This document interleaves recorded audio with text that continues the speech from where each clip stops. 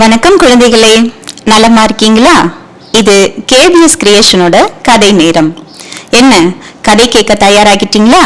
அத்தையும் கதை சொல்ல தயார். ஆரம்பிக்கலாமா? நம்ம கதையோட நாயகன் பேரு சூர்யா. சூர்யா 5ஆம் வகுப்பு மாணவன். இவங்க வீட்டுல மொத்தம் 4 பேர். சூர்யாவோட தாத்தா மூர்த்தி, அப்பா சதீஷ், அம்மா ராணி. சூர்யாவோட குடும்பமே நல்ல பண்பான குடும்பம். எல்லாருமே ரொம்ப அன்பானவங்க.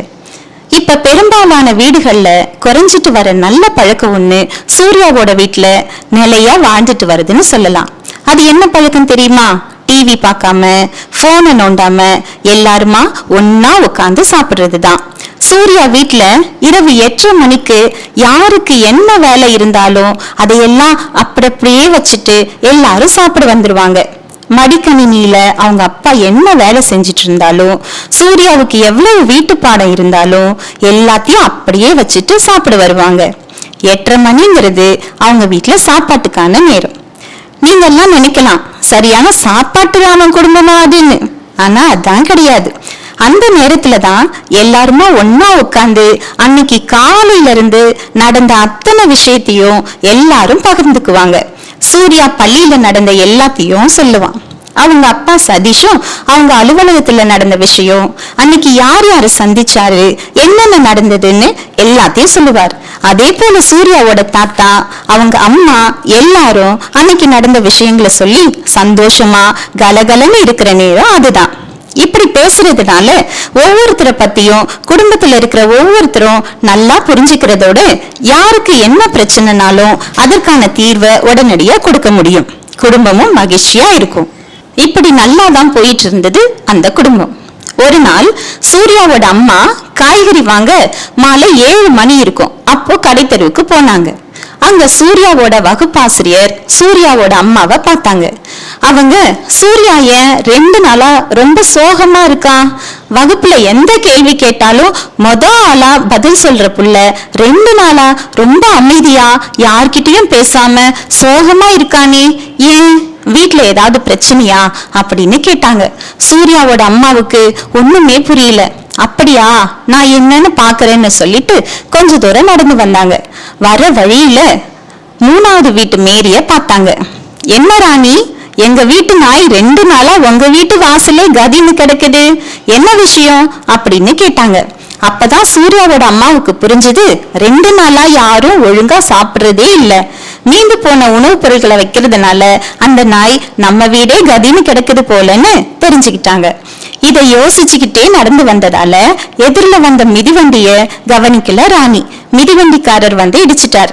ஆனா ராணிக்கோ அது கூட வலிக்கல. நம்ம வீட்டுல எல்லாருக்கும் என்ன ஆச்சு? மாமா சரியா சாப்பிட மாட்டேங்கிறார், சூர்யா ஏதாவது காரணம் சொல்லி எல்லாரும் இருக்கிற நேரத்துல சாப்பிட வரதில்லை, எதனால இப்படின்னு ரொம்ப குழப்பத்துல இருந்தாங்க. இன்னைக்கு எப்படியாவது இதை கண்டுபிடிக்கணும்னு ஒரு முடிவுக்கு வந்தாங்க சூர்யாவோட அம்மா. இன்னைக்கும் வழக்கம் போல சூர்யா 8:30 மணி ஆனதும், அம்மா எனக்கு ரொம்ப அவசரம், நீங்க எல்லாரும் சாப்பிடுங்க, நான் வர்ற கொஞ்ச நேரம் ஆகும் அப்படின்னு சொல்லிட்டு 1/2 மணி நேரம் கழிச்சுதான் சாப்பிட வந்தான். அங்க பார்த்தா அன்னைக்கு யாருமே சாப்பிடாம சூர்யாவுக்காக காத்துட்டு இருந்தாங்க. எல்லாருமா சேர்ந்து சாப்பிட ஆரம்பிச்சாங்க. எப்பவும் கதையா பேசுற சூர்யா அமைதியா சாப்பிட்டான். அவங்க அப்பாவும் தான். அப்பா அவங்க தாத்தா தான் பேச ஆரம்பிச்சாரு. என்னாச்சு சூர்யா, ஏன் சதீஷ், ஏன் 2 பேருமே பேச மாட்டேங்கிறீங்க? உங்களுக்குள்ள என்ன பிரச்சனை? கண்ணு தெரியாத எனக்கு நீங்க எல்லாருமா பேசுற இந்த நேரம் தானே சொர்க்கம், ஏன் இப்படி பேசாம இருக்கீங்க அப்படின்னு கேட்டாரு. அப்பதான் சூர்யா சொன்னா, தாத்தா நான் அப்பா சொல் பேச்ச கேட்கலன்னு அப்பாவுக்கு என் மேல கோபம், அதான் அப்படின்னு சொன்னான். உடனே சதீஷும் ஆமாம்பான்னு சொன்னார். சரி, என்னாச்சு உங்களுக்குள்ள, என்னதான்னு சொல்லுங்க அப்படின்னு தாத்தா சொல்லவும், சூர்யா 5வது தான் படிக்கிறான். சைக்கிள் வாங்கி தரும்போதே மெயின் ரோட்ல எல்லாம் ஓட்டக்கூடாது, நம்ம தெருவுக்குள்ளேயே ஓட்டுறதா இருந்தா சைக்கிள் வாங்கி தரேன், இல்லைன்னா வாங்கி தர மாட்டேன்னு சொன்னேன். ஆனா இவன் மெயின் ரோட்டையும் தாண்டி நேஷனல் ஹைவேஸ்ல சைக்கிள் ஓட்டிட்டு போறான், அதான் எனக்கு கோபம் அப்படின்னு சொன்னாரு.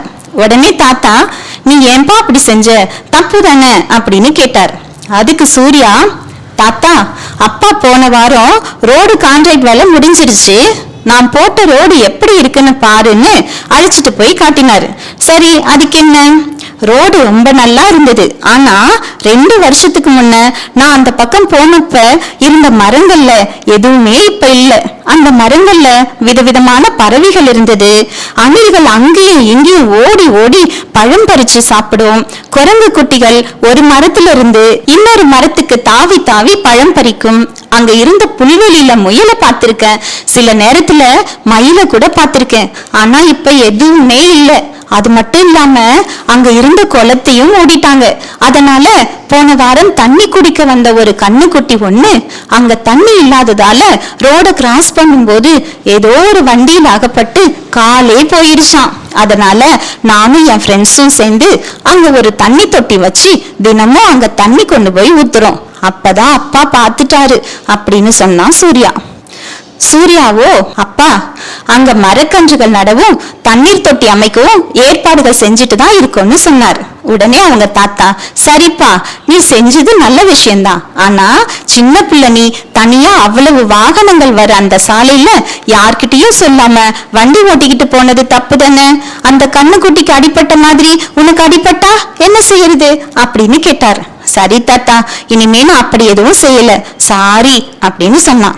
அப்பா கிட்ட சொல்லுப்பான்னு தாத்தா சொல்ல, சாரிப்பா நான் இனிமே அப்படி எதுவும் செய்ய மாட்டேன் அப்படின்னு சூர்யா சொன்னான்.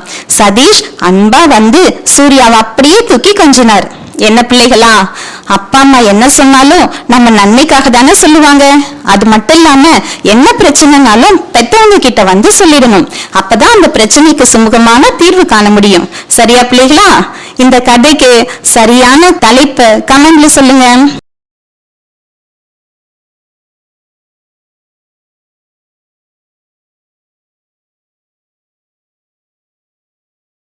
அத்தை சொன்ன கதை பிடிச்சிருந்தா லைக் பண்ணுங்க, ஷேர் பண்ணுங்க, சப்ஸ்கிரைப் பண்ணுங்க, பக்கத்துல இருக்கிற பெல் ஐக்கானையும் கிளிக் பண்ணுங்க.